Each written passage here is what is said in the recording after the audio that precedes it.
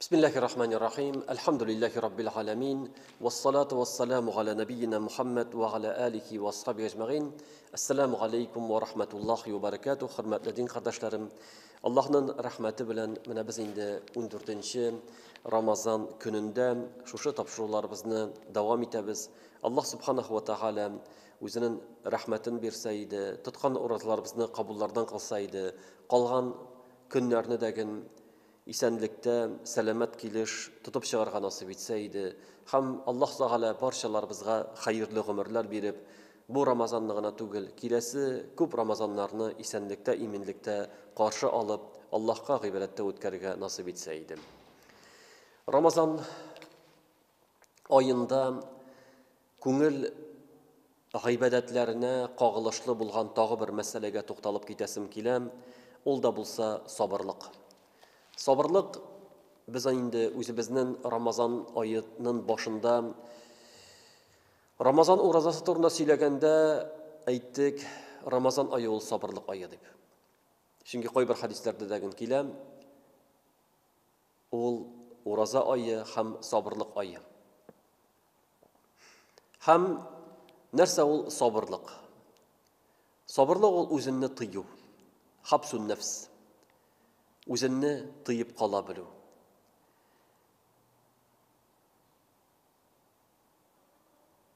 Araplerde onun tüp mağnası şunday ulem var. Sabira degan şunday ulem var. Hatta şunun üstüne bassan dağın aşı temi sizile. Üstüne ayağın bilen bassan senin tamaklarına onun aşı temi sizile diye beyteler.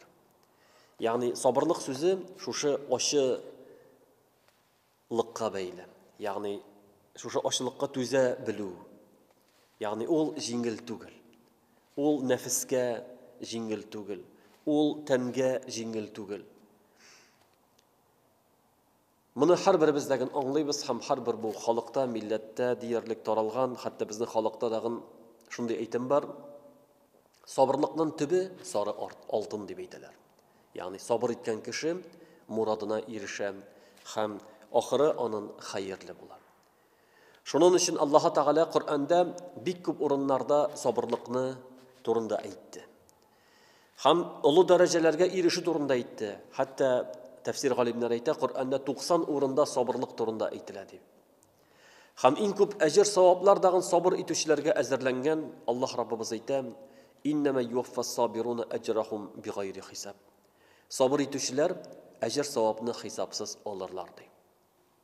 Şunun için neşuşu sabırlık ol urazaga dağın beyli. Galimlerin sözlerine qarasak, onlar sabırlıkını üç türlüge böleler. En birincisi Allah'a itaat etüde sabırlık. İkincisi haram amellerden tıyılıda sabırlık. Üçüncüsü bela qazalarga sabır etü. Şuşunda uylap qarasak, Ramazan ayında urazada şuşu üç sabırlık dağın var. Üç türlü sabırlık dağın var. Birincisi Allah'a itaat etüde. Allah'a itaat etü için sabırlık gerek. Ertengi namazga turur için sabırlık gerek. Meşitke barıp namaz okur için sabırlık gerek. Yestü namazın kütüp alır için sabırlık gerek. Uraza tutur için degen sabırlık gerek. Uraza sabırlıkka beyli.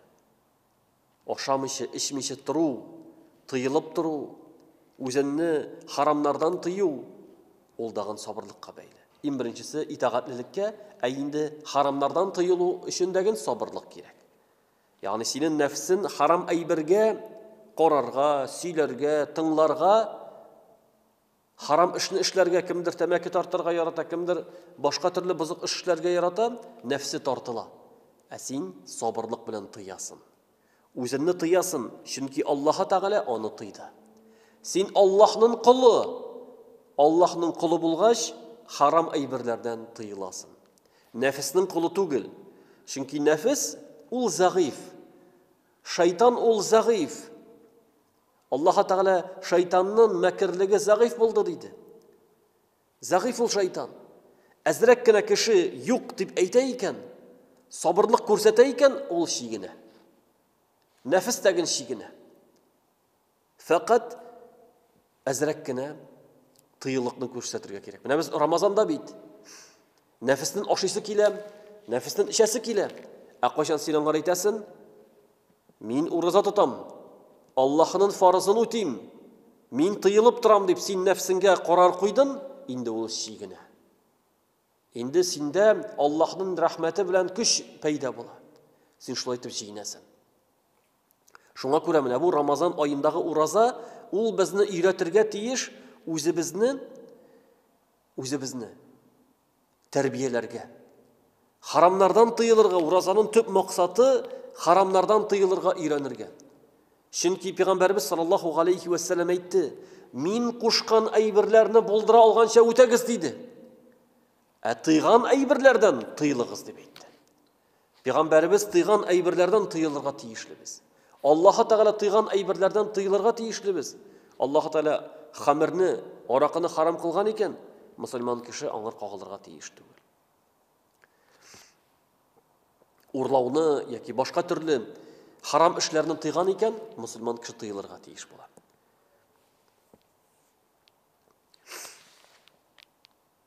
Аннары әйттек, Аллаһка итаат итүдә сабырлык, харамнардан тыйылуда сабырлык һәм бәла казаларга сабыр итү. Ураза тотучы кешегә төрле авырлыклар килә. Тамагы да кибә, хәле дәген бетә. Сөйләшә дәген алмаска мөмкин, шул хәлсезлек сәбәпле, ләкин ул сабыр итә. Һәм ураза тотмаган вакытта Аллаһ Тәгалә төрле сынаулар белән сыный кешене. Менә шул вакытта сабыр итү тиешле. Аллаһ Тәгалә Бакара сүрәсендә кешеләрне сынармын дип әйтте. Кайбер ачлык белән, кайбер курку белән, кайбер малларын киметү белән, җаннарны киметү белән һәм шатландыр сабыр итүчеләрне диде. Ва баширис сабирин диде. Әгәр дә аларга бәла каза килсә, алар инна лиллаһи ва инна илейһи раҗиун дип әйтәләр. Без Аллаһтан һәм без Аллаһка кире кайтачакбыз дип әйтәләр.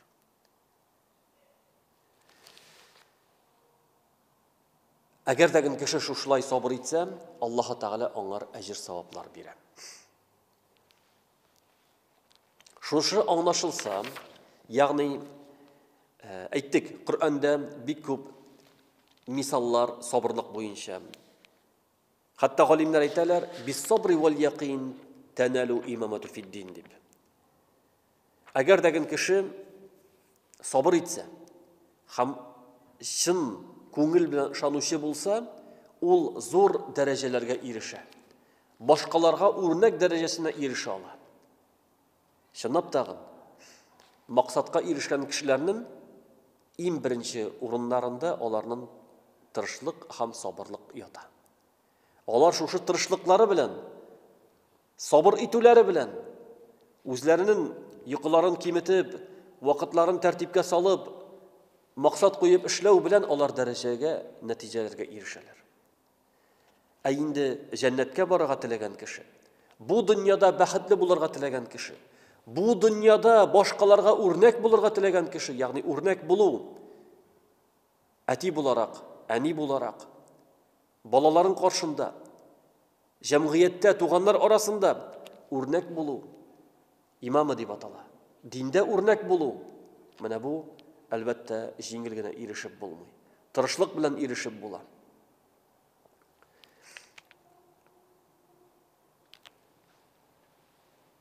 Галимнәр әйттеләр, сабыр ул асылда ваҗиб диделәр. Аллаһ Тәгалә безгә йөкләмәләр йөкләгәч, фарыз гамәлләр безне Аллаһ Тәгалә без мукаллаф дип аталабыз. Мукаллаф ягъни Аллаһ тарафыннан безгә йөкләтелде. Мукаллаф кеше ул ике шарт үтәлсә, балигъ булса һәм акыллы булса. Менә балигъ һәм акыллы булган кешегә ураза тоту фарыз. Бу Аллаһның әмере.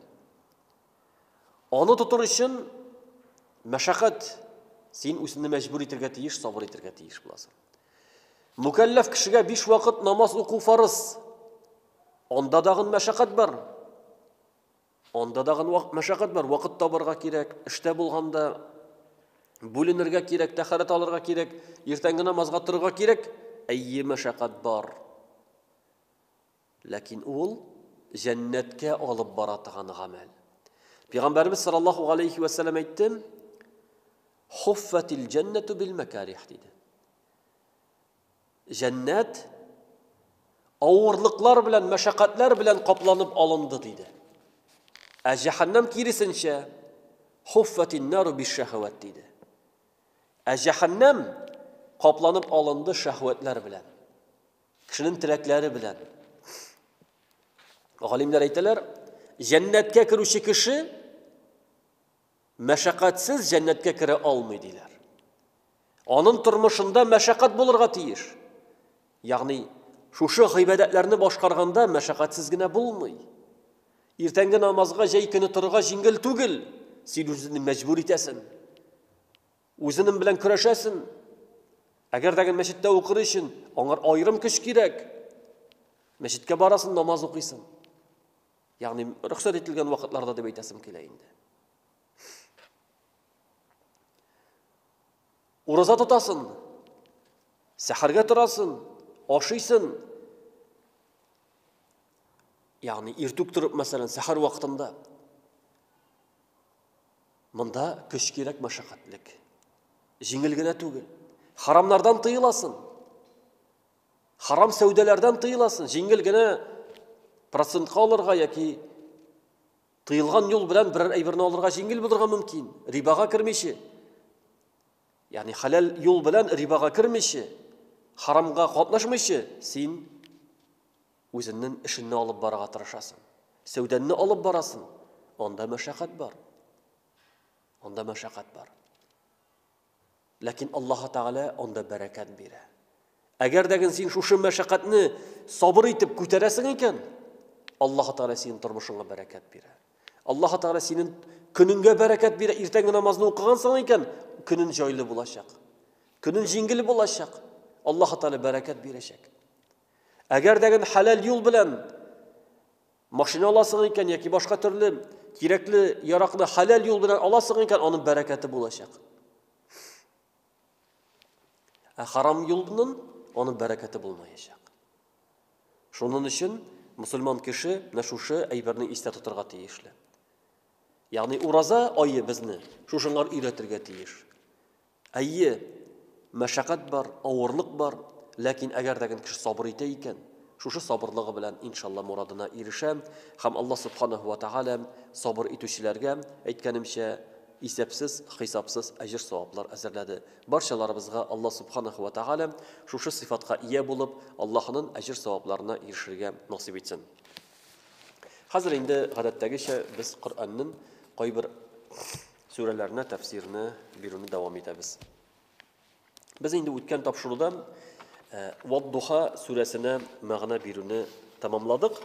Bugün şul tertip boyunca barabız hem İnşirah suresine to'xtaymiz.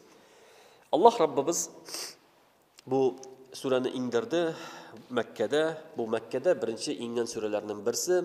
Çünkü duha bilen olar yanasha inga deb aytilar. Yani ikisi degen bir ma'nada, bir temada ol da bulsa Peygamberimizge bergen nimetler. Peygamberimizge bergen nimetler. Mana bu surede degen Allah subhanahu ve taala inşirah, yani Şarh suresi inşirah. Deb atalayında alam nashrah laka sadrak. Birinchi aytib ketam, mana qoyan olindi ol isimler. Mana Qur'onda bor biz eshitamiz Baqara suresi. Baqara ol sıyır degan ma'no beradi. Ankabut, qirmisqa yoki urmakush, naml, qirmisqa, ya'ni shunday suralar nechigina turli isimlar deb optirarga mumkin kishilar. Shuni aytasim keladi. Ilki vaqtda Peygamberimiz vaqtida suralarga ayrim isimlar berilmagan. Sahabalar Qur'onda bitin 114 sura. Qaysi sura ekanini bilirga kerak. Shunga ko'ra aytalar edi. Sıyır iske alıngan sure. Qur'onda faqat sıyır iske alına bir o'rindagina. Ul da bo'lsa Baqara surasida. Shunga ko'ra uni anlari гадәттә ул sıyır surasi deb, Baqara surasi deb aytila boshlandi. Al-Imron. G'imron ahli, Al-Imron iske alınan sure, Al-Imron surasi. Yoki G'ankabut, Urmakush yası iske alınan sure birovgina. Naml, Nahl, Balqırtı misal üçünmi iske alınan sure birovgina. Şulay ettirip şuşu sözler bilen ol surelerge isim bulup kirip kaldı. İkinci türlü isimler var. Sure başı. Mesela Vettini ve Zeytun. Tin suresi.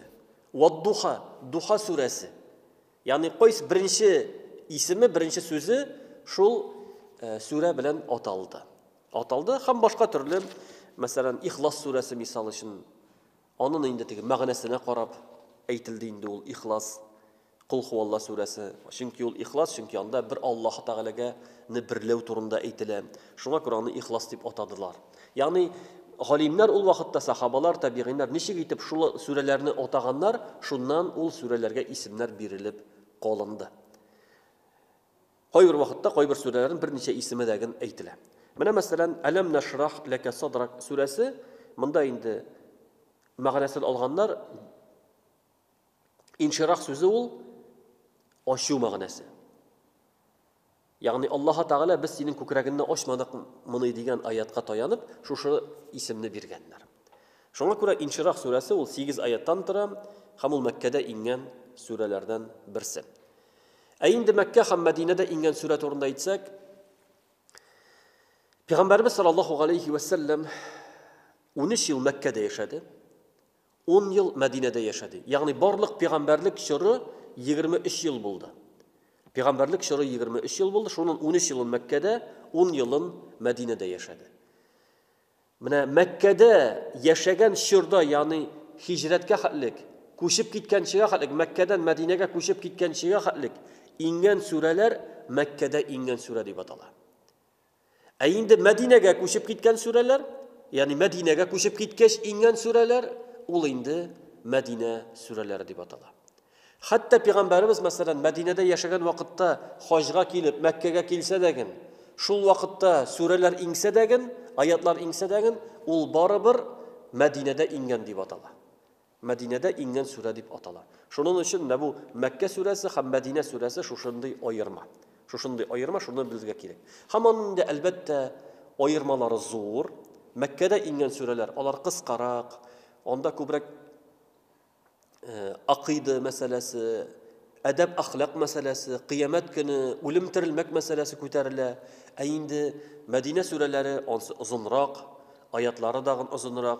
Onda endi hükümler ko'proq, Yahud Nasaralar turunda, munafiqlar turunda, onda endi ko'proq isga olinadi. Mekke'de ko'proq onda müşrikler, onlar bilan bahas, ham onlarning i'tiqodlarini tuzatuv, onlarning xatolarını tuzatuv turunda ko'proq shular isga olinadi. Mana bu Alam nashrah laka sadrak surasi Allah Teala ayta Bismillahirrahmanirrahim. Alam nashrah laka sadrak. Alla sina ko'kragingni ochmadikmi? Va ko'nglingni iymon va hikmat nuri bilan yumshoq qilmadikmi? Ya'ni Allah Teala ko'kragingni ochmadikmi deb aytadi. Alam nashrah laka sadrak. Ko'krakni ochu ul albatta ikki ma'no aytib bo'ladi. Ma'naviy ravishda ochu ham haqiqiy ravishda ochu. Ham ikkisidagi payg'ambarimizga qo'g'li. Ma'naviy ravishda ochu, ya'ni Alloh Taala payg'ambarimizning ko'nglini ochdi. Iymon bilan. Alloh Taala aytadi, biz agarda kishining ko'nglini ochmasak deb ayta, onun ko'ngli qisiladi. Ko'kka ko'tarilgan shekilli deydi. Ko'kka ko'tarilganda kishi qisiladi. Shuning shekilli ko'kragiga qisiladi deb ayta. Akimdiki biz ochamiz, Alloh taolo islomga ko'kragini ochadi. Ya'ni ko'ngil ochildi. Payg'ambarimizda bu bo'ldi. Ko'ngli ochiq bo'ldi, Alloh taoloni islomga ochdi. Keng ko'ngilli bo'ldi. Ham shu ochuvda haqiqiy ma'nodagi bor, Кичкенә вакытта пәйгамбәребезгә 4 яшь булганда, аның янына Җабраил белән Микаил фәрештә килеп, әле ул уйнап йөргәндә, аны алалар, күкрәген яралар, һәм шуннан бер кара әйберне чыгаралар. Һәм әйтәләр, бу шайтанның өлеше дип чыгарып ташлыйлар. Һәм тегеп куялар. Пәйгамбәребезнең күкрәгенә шундый җәрәхәт тәген ясыйлар. Менә бу кичкенә вакытында була. Аннары Миграж кичәсендә дәген шундый хәл була дигән хадислар бар. Ягъни бу хакыйкый рәвештә. Һәм булар бөтенесе дә сәбәп булды пәйгамбәребезнең хаклыкка күңеленең ачылуына. Шулай ук Аллаһ Тәгалә пәйгамбәребезнең күңелен ачты башка кешеләргә карата йомшаклык белән. Ягъни бер мисал, ягъни пәйгамбәребезнең киң күңелле булуы, бер кашандагын юк дип әйтмәве, бер кашандагын ник син шулай эшлисең дип хатыннарына, балаларга, хезмәтчеләренә кычкырмады пәйгамбәребез бер кашандагын. Шуны хәтле киң күңелле булды. Хәтта бер шундый хәл була, пәйгамбәребезгә бит закат акчалары килсә, закат малы килсә, ул тарата таган була. Бер шүлдән бер бедуин шүл гарәбе килә, һәм пәйгамбәр кешеләр янында утырып торганда пәйгамбәребез янына килә дәген якасыннан ләктереп ала. Якасыннан ләктереп ала һәм "И Мөхәммәд" ди. Аллаһның илчесе дип тәген әйтми. Аллаһ биргән малдан минем өлешемне бир ди. Шулай итеп пәйгамбәребезнең якасыннан тарды. Шуннан соң сахабалар сикереп торалар. Бу кешегә карата инде шуны пәйгамбәр затын тынычландыра. Бирегез дип әйтә. Аның өлеше бар, бирегез ди. Ягъни бу мохтаҗ шул кешесе бирегез аңлар дип әйтә. Һәм шул вакытта пәйгамбәрбез елмая ди. Елмая. Галимнәр аптырыйлар. Ягъни пәйгамбәрбез бирү ансы бирә, чөнки ул аныкы түгел. Ул аларның фәкыйрьләрнең өлеше. Ләкин шулай итеп пәйгамбәрбез белән мөнәсәбәт иткәндә, пәйгамбәрбез үзен тыеп калып, елмаюы бу Аллаһ Тәгаләнең пәйгамбәрбезгә бирелгән бер нигъмәте. "Ва иннәка лa'ала хулуқин азим" дип әйтә Аллаһ Тәгалә. Чынлап тагын син иң бийек хулуклы кеше булдың дип әйтә. Ягъни пәйгамбәрбезнең хулкы иң югары дәрәҗәдә иде. Ягъни менә бу пәйгамбәрбез саллаллаһу алейхи ва салламның күңеле ачык иде. Ачык иде һәрбер кешегә. Һәрбер кешегә. Хәтта мәчеттән чыкканда кыз балалар киләләр иде пәйгамбәрбез янына. Кулыннан тотып, "Я Расулулла, миңа булышырга кирәк" дип аны алып китәләр иде. Пәйгамбәрбез аларга булыша иде. "Китегез мондан, нишләп йөрмәгез монда" дип әйтми иде. Ягъни субханаллаһ. Пәйгамбәрбез саллаллаһу алейхи ва салламның күңеле, йомшаклыгы һәм шушы киң күңелле булуы, әлбәттә, шушы мәгънәләрдә ята. Аллаһ Тәгалә "Әләм нашрах лака садрак" дип әйтә. "Ва вадa'на ганка визрак". Шундый йөк ул синең аркаңны авырттырды ва басты. Ягъни пәйгамбәрлеккә кадәр булган авырлыкларыңны битердек, яки иманга чакыра башлагач та күргән иза ва җафаларыңны битердек дип әйтә. Ягъни монда галимнәр әйтәләр, пәйгамбәребезне нинди йөк басып торган. Асылда визр ул гынах дигән сүз. Ләкин пәйгамбәрләрне Аллаһ Тәгалә саклады. Аларның кайбер хаталары булса да, Аллаһ Тәгалә аларны төзәтте, шуңа күрә алар ниндидер зур хата кылмыйлар. Аллаһ Тәгалә аларны мәгъсум кылды. Һәм менә бу аятта галимнәр әйтәләр, ягъни беренче мәгънәсе хата китсә, Аллаһ Тәгалә без аны битердек дип әйтә. Әгәр дәген икенчесе 40 ел буе пәйгамбәрбез саллаллаһу алейхи ва саллям шушыны белмәде. 40 яшькә хәтлек хакыйкатьне белмәде һәм шуны борчыды. Шушы йөк аны борчып торды. Аллаһ Тәгалә әйтә, без аны синнән алдык дип әйтә. Һәм ул йөк "Аллази анқада захрак". Ягъни "Ва вадa'на ганка визрак", синнән төшердек без авыр йөкне, синнән төшердек без авыр йөкне, "Аллази анқада захрак", ягъни ул сине борчып торды. Менә шушы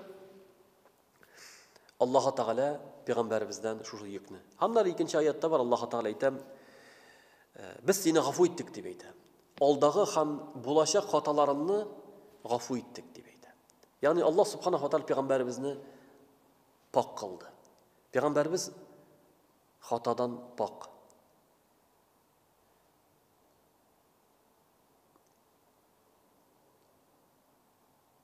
Аннары Аллаһ Раббыбыз әйтә: "Ва рафаъна лака зикрак." Синең исемеңне югары ва биек кылдык. Ягъни халык арасында мактаулы ва хөрмәтле булдың. Исемең мәңге макталынып сөйләнергә калды ди. Ягъни Аллаһ субханаһу ва тааля тагы бер нигъмәтне әйтә, ул да булса пәйгамбәрбез саллаллаһу алейхи ва сәлләмнең дәрәҗәсен күтәрү. Исемен күтәрү. Исемен күтәрү. Без иман калимасы әйткәндә ла илаха иллаллаһ Мухаммадар Расулуллаһ дип әйтәбез. Аллаһтан башка гыйбрат кылырга лаеклы зат юк. Мухаммад пәйгамбәр Аллаһның илчесе дип әйтәбез. Ла илаха иллаллаһ калимасында. Азан калимасында, азан әйткәндә җир шарында көнгә 5 тапкыр, ягъни миллионлаган мәчетләрдә азан әйтелә. Һәм бөтенесендә ашһаду ан ла илаха иллаллаһ, ашһаду анна Мухаммадар Расулуллаһ. Yani Peygamberimizin ismi әйтелә. Инде 1400 ел элек, yani 1400 ел дәвамында кайсы кешенең исеме көнгә 5 тапкыр миллионлаган мәчетләрдә җирләрдә әйтелә микән? Юк андый кеше. Юк андый кеше. Пәйгамбәрбез саллаллаһу алейхи ва сәлләмнең исеме. Аның исеме. Һәм аның турында әлбәттә күп сөйләп була. Пәйгамбәрбез һәм галимнәр әйтәләр шушы икенче бер мәгънәдә, без дип әйтә Аллаһ Тәгалә синең исемеңне яздык алдагы китапларга даган. Ягъни алдагы өммәтләр, мәсәлән, исламга килгән кавымнар да аларның китапларында язылган иде Пәйгамбәрбез турында. Ягъни Аллаһ Тәгалә анда Ахмад дип, мәсәлән, Гайса пәйгамбәр әйтеп калдырды. Peygamberimiz турында әйтелгән иде.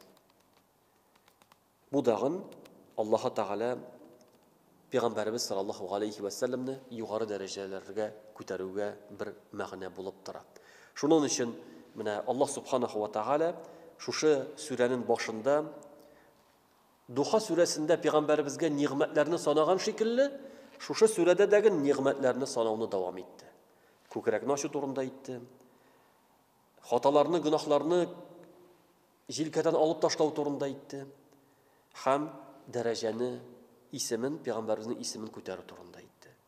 Аннары Аллаһ Тәгалә авырлыктан соң җиңеллек килү турында әйтә. Ансын иншалла иртәгә насыйп булса дәвам итәрбез. Бүгенгә шушында тәмамлыйм. Субханакаллаһумма бихамдик, ашһаду ан ла илаха илля ант, астагфирука ва атубу илейк.